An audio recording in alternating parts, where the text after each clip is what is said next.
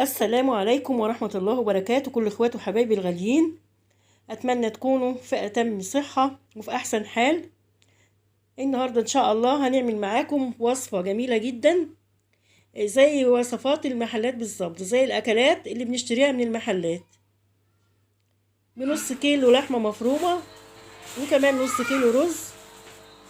كمان احنا هنستخدم كمان مش رز بسمتي، احنا هنستعمل الرز البلدي العادي.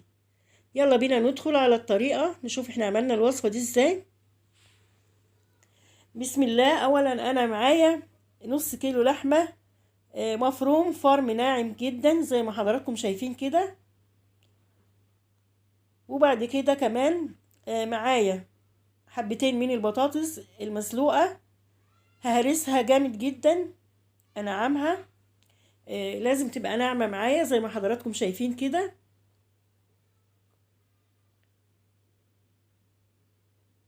وبعد كده بقى طبعا عشان اللحمه تفضل معايا، يعني ما تكشش مني وانا لان انا هقليها يا جماعه. انا بحط لها نص معلقه من البيكنج باودر، نص معلقه كبيره بيكنج باودر، واضيف عليها بقى البطاطس اللي انا هرساها. زي ما قلنا لازم تبقى ناعمه، ما يبقاش فيها اي قطع، عشان ده يعني مهم في الوصفه. بعد كده كمان معايا بصلايه مفرومه فرم ناعم، لازم كله كده عشان زي ما احنا عاملين اللحمة ناعمة برضو، البصل يبقى مفروم فرم ناعم عشان ما ينزلش مني في الطاسة وانا بقليها ويتحرق مني. بعد كده بقى كمان معايا كوباية الا ربع من البقسماط المطحون او الفيجيتار زي ما انتوا حابين.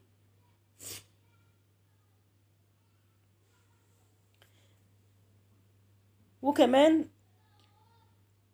آه طبعا التوابل بتاعتي،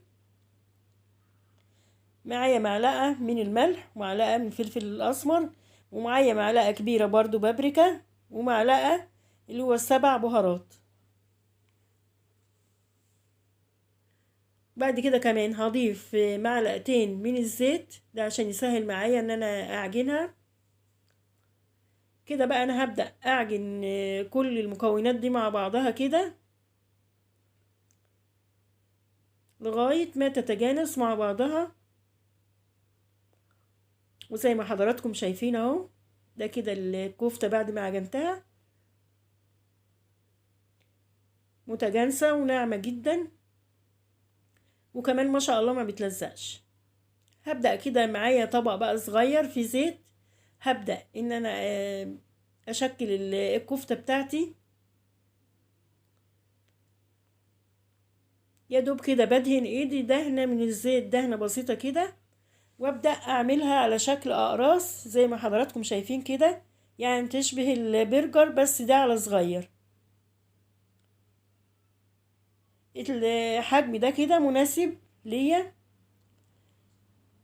وكمان انا مش بخليها، يعني بخلي السمك بتاعها نص سنتي، لان انا هعملها في زيت قليل، وعايزاها تبقى مستوية تسوية كاملة وتسوية كويسة.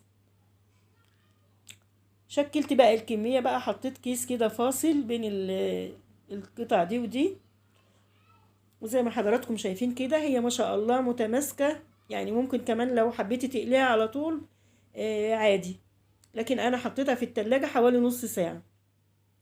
وبعد كده هبدأ اشتغل في الرز. الرز ده طبعا انا هعمل الرز المبهر، هعمله بالرز البلدي زي ما قلت لحضراتكم.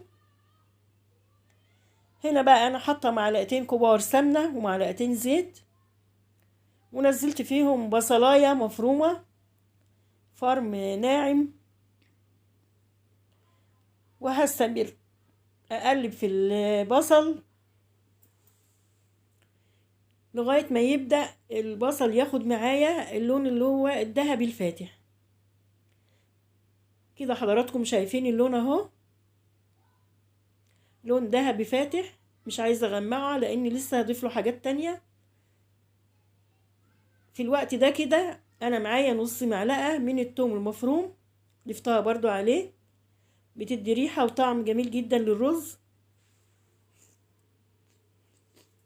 وبعد كده معايا بقى التوابل والبهارات بتاعتي، معايا معلقة من الفلفل الأسمر، معلقة من البابريكا، معلقة من الكركم، كمان معلقة اللي هي 7 بهارات، ومعايا ليمونتين اللي هو الليمون اللومي أو المجفف، وورقتين لوري.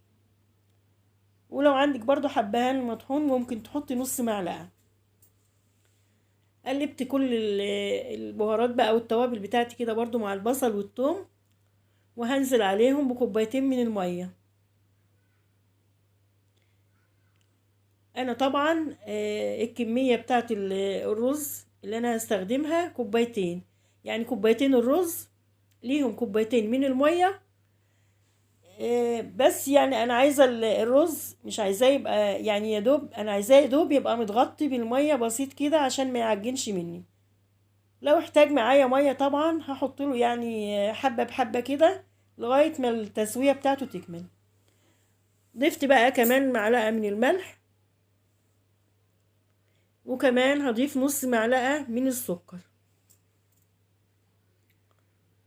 هقلب بقى طبعا كده، وهسيب المية لغاية ما تبدأ تغلي، تاخد غلوتين كده مع التوابل والبهارات والحاجات دي اللي انا ضفتها.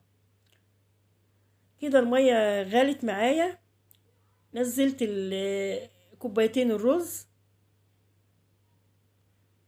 زي ما حضراتكم شايفين اهو، يعني يا دوب المية تبقى مغطياه عشان ما يتعجنش معانا.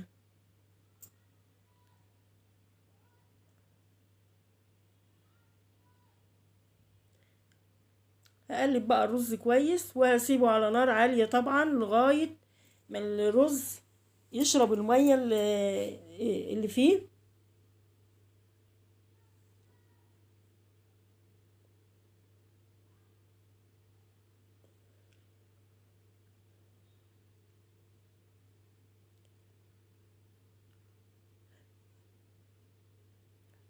وبعد كده طبعا انا قلبته، لقيته لسه يعني هديت عليه النار طبعا. بعد ما شرب المية بهدي عليه النار، وببدأ برضو اشوف التسوية بتاعته. انا لقيته لسه مستواش، خد مني نص كوباية مية تاني. طبعا لما احنا بعد كده يعني قبل ما يستوي، اما نلاقيه داخل على تسوية ما بنضيفش يعني مية كتير، يبقى حبة بحبة كده لغاية الرز ما يكمل التسوية بتاعته.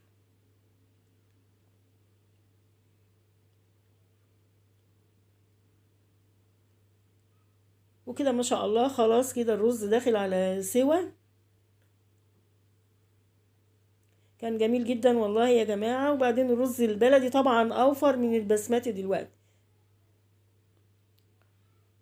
هنا بقى كمان انا جبت الطاسة وحطيت فيها نص كوباية زيت، مش بحط زيت كتير. وهبدأ بقى ارص الكفتة بتاعتي كده بعد ما طلعتها من التلاجة. حضراتكم شايفين اهو متماسكة، ولا اتفتفتت ولا اي حاجة معايا. اتمنى تجربوا الوصفة وتعجبكم ان شاء الله.